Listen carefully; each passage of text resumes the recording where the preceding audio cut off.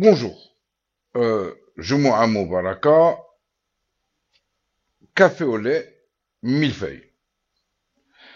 Les deux ont leur histoire. Ils ont une histoire séparée et ils ont une histoire commune. Le millefeuille, il aurait été inventé en 1651 par un certain François-Pierre de La Varenne, et ce millefeuille aurait par la suite été perfectionné par une cuisinière, Marie-Antoine Carême, qui était cuisinière de Maurice de Talleyrand.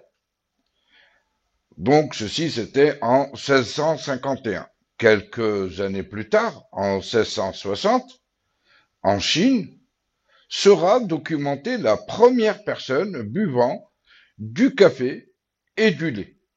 Et c'était l'ambassadeur néerlandais en Chine, Jan Nieuwhof.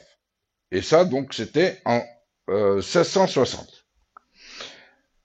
Plus récemment, il y a eu une histoire du café au lait et du millefeuille, les deux ensemble.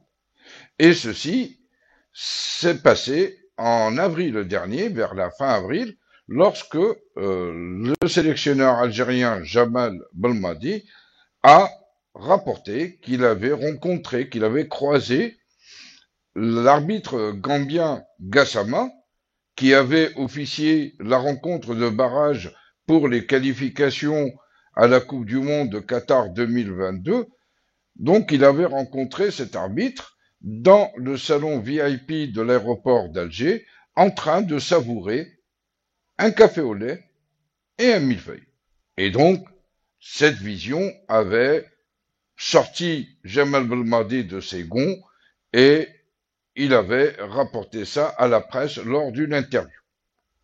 Maintenant, vous penserez que je suis en train de troller. Eh ben, pas du tout.